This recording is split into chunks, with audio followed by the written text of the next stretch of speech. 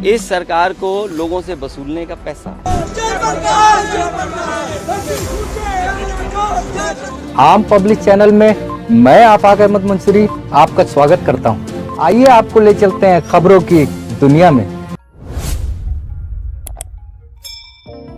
जयप्रकाश नारायण की जयंती पर बुधवार को समाजवादी पार्टी के राष्ट्रीय अध्यक्ष अखिलेश यादव लखनऊ के JPNIC परिसर पहुंचे। अखिलेश के पहुंचने के बाद वहां मौजूद पुलिस ने उन्हें परमिशन न होने का हवाला दिया। इतना ही नहीं, परिसर के गेट में ताला भी जड़ा था।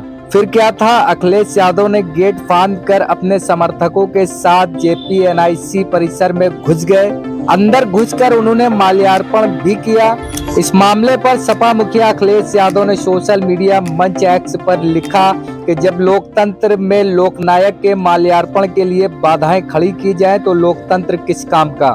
भाजपा सपा का रास्ता नहीं रोक सकती।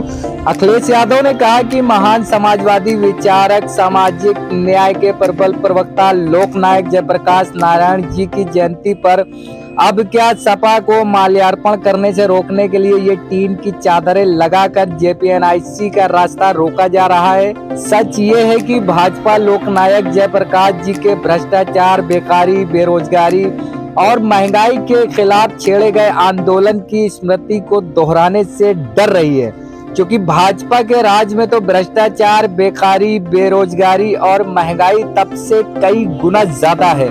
अब क्या माल्यार्पण के लिए भी जयप्रकाश नारायण जी की तरह संपूर्ण क्रांति का आह्वान करना पड़ेगा?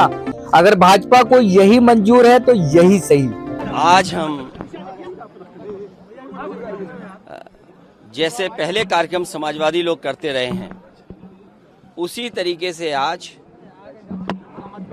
जयप्रकाश जी को संपूर्ण क्रांति के नायक के, जन नायक नेता के लिए हर वर्ष हम लोग आज की तारीख में आते थे।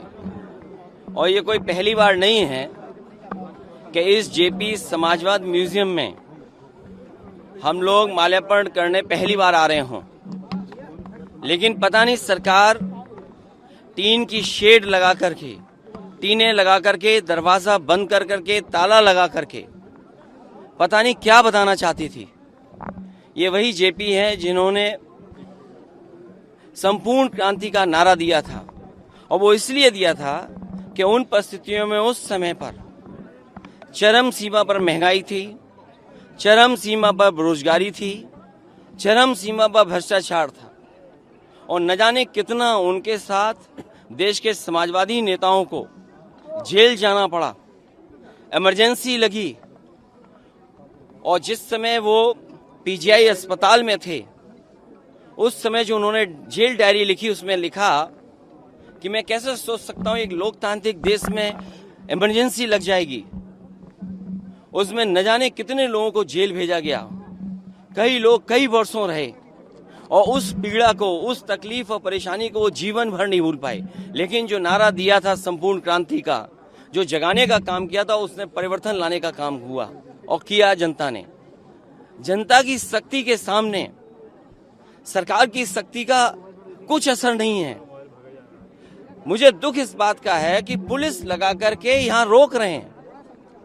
अधिकारी इस बात के लिए तैयार नहीं है कि किससे पूछें।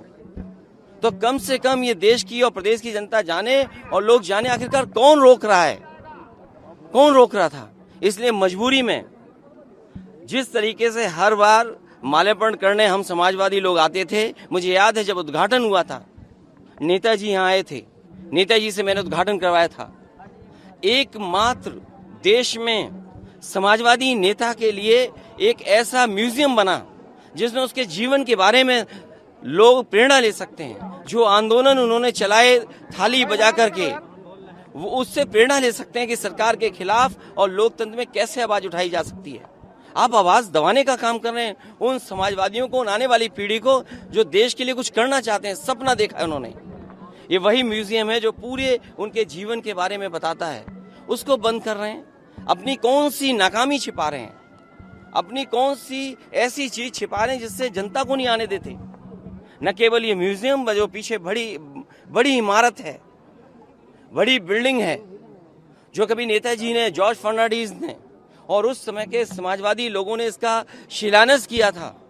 एक सरकार आई जिसने काम नहीं होने दिया, उसके बाद समाजवादी सरकार ने, पिछली सरकार ने इसको शुरू किया और न केवल भारत में बल्कि अगर ये बिल्डिंग बनकर के तैयार हो जाती तो दुनिया में एक पहचान बनती बिल्डिंग की कि हाँ, जेपी के नाम पर जिसने इतने बड़े देश के लोकतंत्र को बचाने का काम किया, लोगों को जागरूक किया और एक आवाज दी उन्होंने।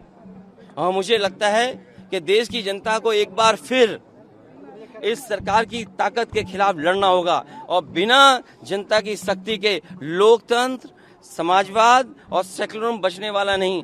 जो आवाज उन्होंने दी थी संपूर्ण क्रांति की, मुझे उम्मीद है कि सभी समाजवादी लोग मिलकर के आने वाले समय में लोकतंत्र बचाएंगे, समाजवाद बचाएंगे, संविधान बचाएंगे और उस संविधान को बचाएंगे जो बाबा साहब भीमराव अम्बेडकर जी ने हम सबको दिया है। और जिस समय बाबा साहब भीमराव अम्बेडकर जी का दिया हुआ संविधान इन्होंने बदल दिया, उसी दिन समझ लें हमारी आजादी भी ये लोग छीन लेंगे। अखिलेश जी, ये संपूर्ण क्रांति का जो आपने आज नारा दिया है, ये कहां तक जाएगा, कब तक जाएगा? पत्रकार साथियों, उसमें तो आप में से भी बहुत से ऐसे लोग थे जो इस आंदोलन में जुटे थे। ये 24 तक जाएगा और 27 तक परिवर्तन करेगा। और एक लंबी लड़ाई में शुरुआत कहीं तो होगी। एक लंबी लड़ाई में जो 140 करोड़ का देश है, एक लंबी लड़ाई है। अगर हम दुनिया के पैमाने पे देखें, हमारी शिक्षा कहाँ है, हमारे यहाँ आपके स्वास्थ्य सेवाएं कहाँ हैं, बेरोजगारी चरम सीमा पर। तो ये इतने बड़े देश के लिए अगर आज सोचेंगे तो मैं समझता हूं अगर सपना देखेंगे सब लोग तो वो पूरा एक दिन जरूर होगा। एक बात मैं बताना भूल गया। इस सरकार को लोगों से वसूलने का पैसा याद होगा आपको। एक समय सरकार कानून लाई थी कि जो पब्लिक प्रॉपर्टी का नुकसान होगा वो उस व्यक्ति से वसूला जाएगा। और अभी आपने अखबारों में पढ़ा होगा कि एक सड़क खराब बनी थी, जो दोषी थे उससे वसूलने के लिए सरकार ने निर्णय लिया है।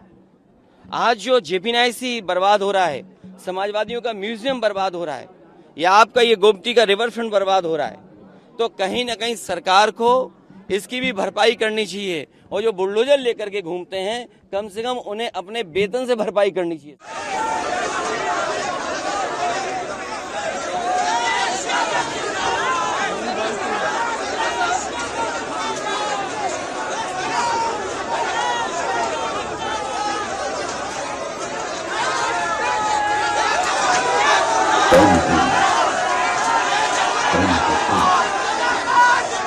कौन है ये सर्वलोक जिनसे निर्देश बना है? कौन है?